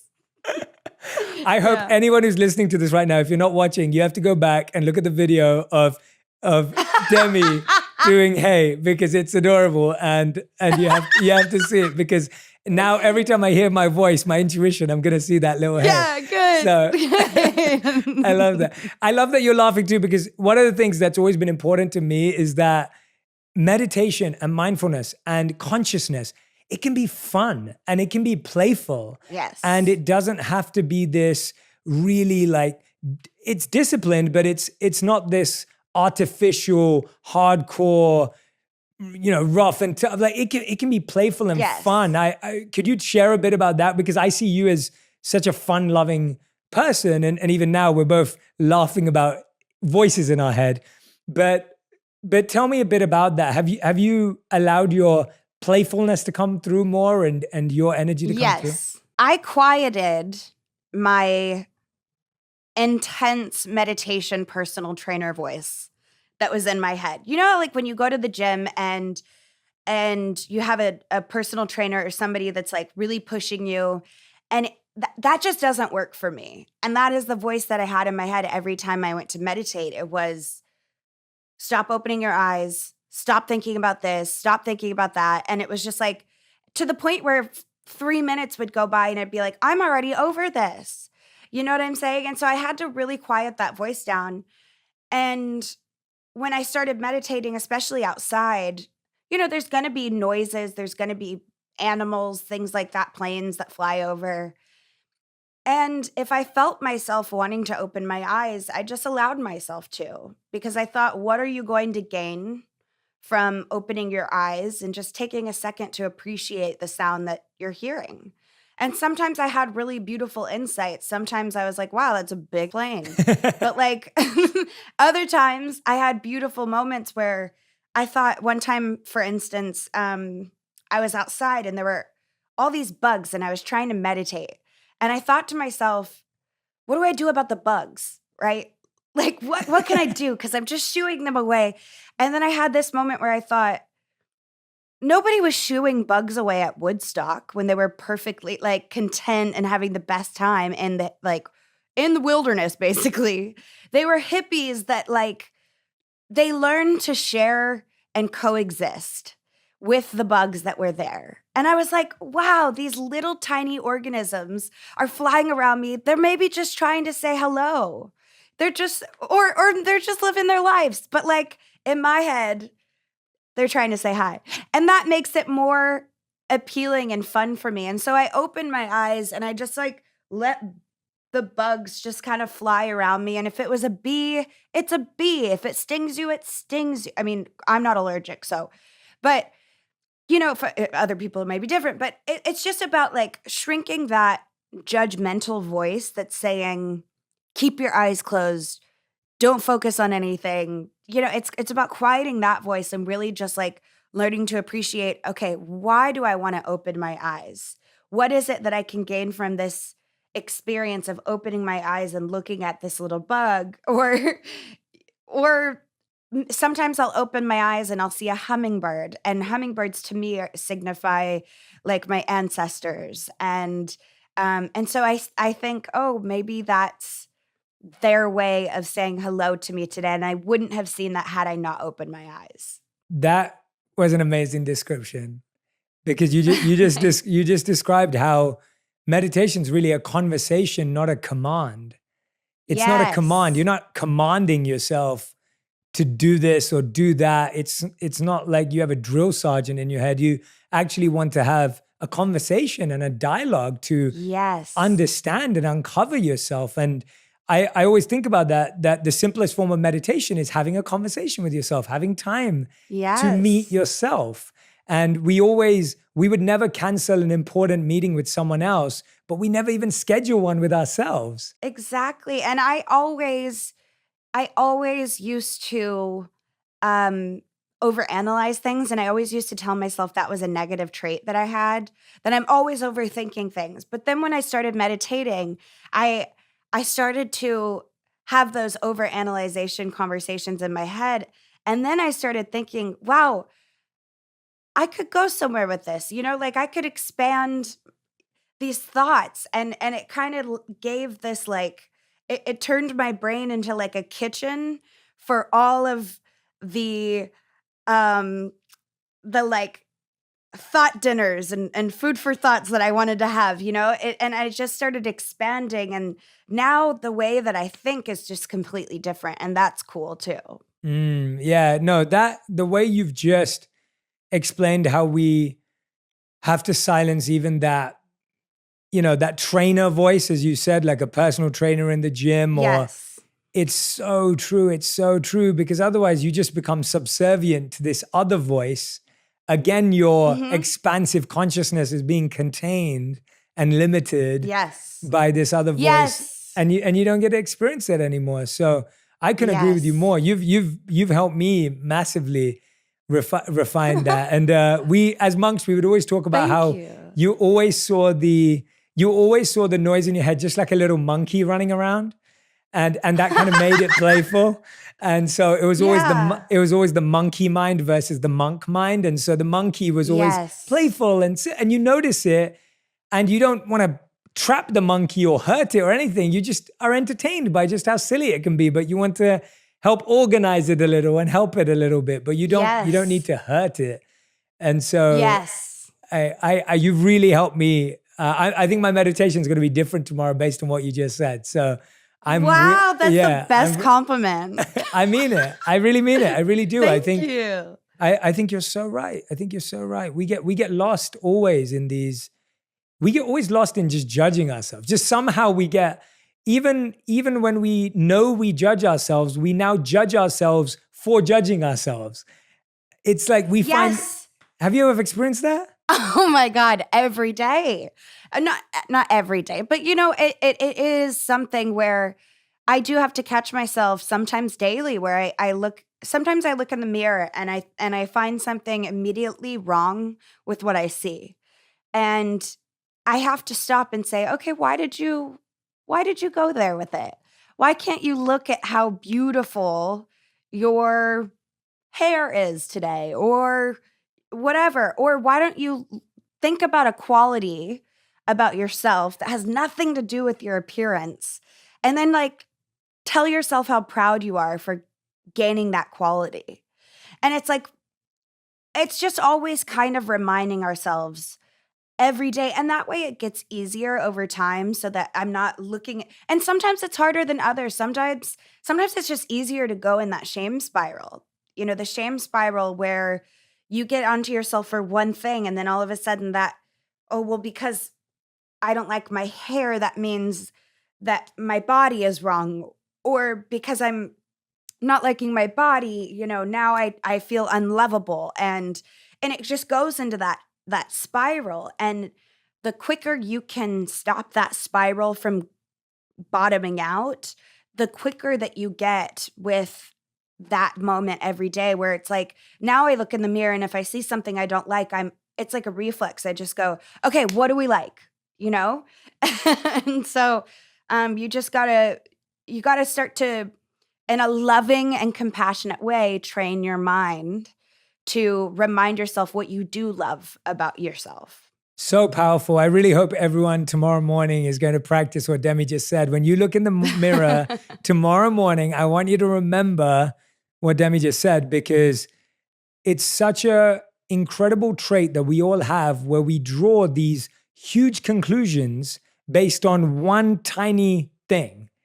So like you said, we draw this conclusion: I am unlovable, based on one thing we don't like about ourselves.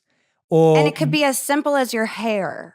It can be as tiny, it can be as tiny as a a spot on your face, right? And you Yes. turn that spot into, I am never going to feel attractive. And you just amplify it to these great degrees, and we all do it. Mhm. And I love what you said, that that's how to approach it. That when we look in the mirror, you have to nip it in the bud. You have to catch it there and Yes.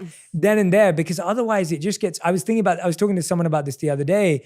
There was a small crack in one of the floors in our home, and I was saying, "Oh, I want to get it fixed today." And someone was saying to me, they said, "No, it doesn't matter. Like it's going to be like years before that's an issue." And I was like, "That's my point." I was like, "I don't want the crack to get an opportunity to get bigger and bigger and bigger. I would rather mend it today." And I don't think that just applies to flaws. I think it applies to our lives and how we feel about ourselves and how we talk to ourselves. It applies to relationships. You may think you just had a tiny argument, but if you can solve it now, you save yourself years of headaches. So I love that you gave everyone a practical tool to actually do that. Or another one is, if you might think that what you have to say is not super important, but honor that voice inside of you, so that when you are in a relationship, you're immediately starting out with, this is who I am, these are my values, and this is how I want to be respected. And that way you, like you said, you nip it in the bud. Sometimes it's just about speaking up too. Yes, you're right. And that all comes back to what you were saying earlier, the confidence of your intuition. If you keep ignoring it and you say, "Oh, well, that's not important right now," or "That's not relevant," or "That's insignificant," if you keep talking to yourself in that way, that voice just gets quieter and quieter and quieter. And now when you really need it, you can't hear it anymore. Yes, exactly. So I think that's a beautiful full circle. Go back to what you were saying earlier.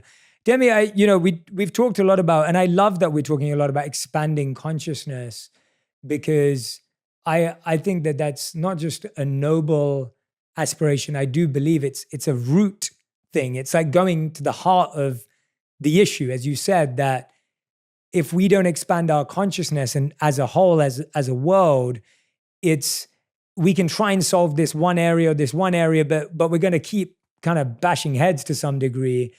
I wonder, what are some of the ways you think that people can expand their own consciousness if they're listening and saying, I want to know how to do that. I'm open to that. Where would they start? What are some of the things? What are some of the books? I know that you've been interviewing some phenomenal people on your podcast, 4D, which you're encouraging people to live through this fourth dimension. I wonder, have you had any conversations or people that you'd love to introduce people to?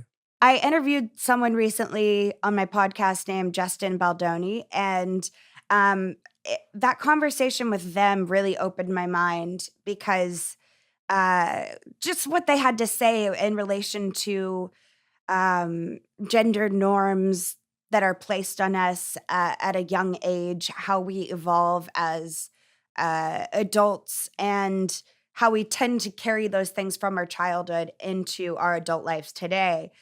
I thought that was so interesting. And, he has a book called Man Enough. A lot of the people that I'm having conversations with, you have a great book. And I think reading is something that has helped expand my consciousness a lot too. And it doesn't even have to be about anything all that intense. It can just be, just reading is good for your mind. Journaling is something that's really helped me, because sometimes my thoughts race so fast that it's hard to, I don't know, it's good to just get it out, and then I can go back to it and look at it later. So yeah, reading, journaling, and like I said, meditating. Meditating is really important, but find out what meditation works for you, because it is different for everybody. Yeah, those are great insights. Reading, journaling, of course, meditation, as you said before, and we talked about it at length. I can agree with you more. I remember I was just speaking to a friend. I was reorganizing my bookshelf, and he was saying, "How much have you been reading recently?" And I said, "I remember a year in my life where I read a book a day for a year, and it was an incredible year." And I was just saying to him how much I miss it. That was around 4 or 5 years ago I did that. And I've been trying to read about a book a month at the moment, but I've been really trying to find things that I'm fascinated by. And it's not about, I'm not trying to make it about a numbers game. I'm not saying that. So anyone who's listening or watching, this isn't a competition of how many books you read. And that's not what I'm emphasizing. What I'm emphasizing is what Demi's saying is just to really expand your consciousness, you need to let your consciousness connect dots in lots of different areas.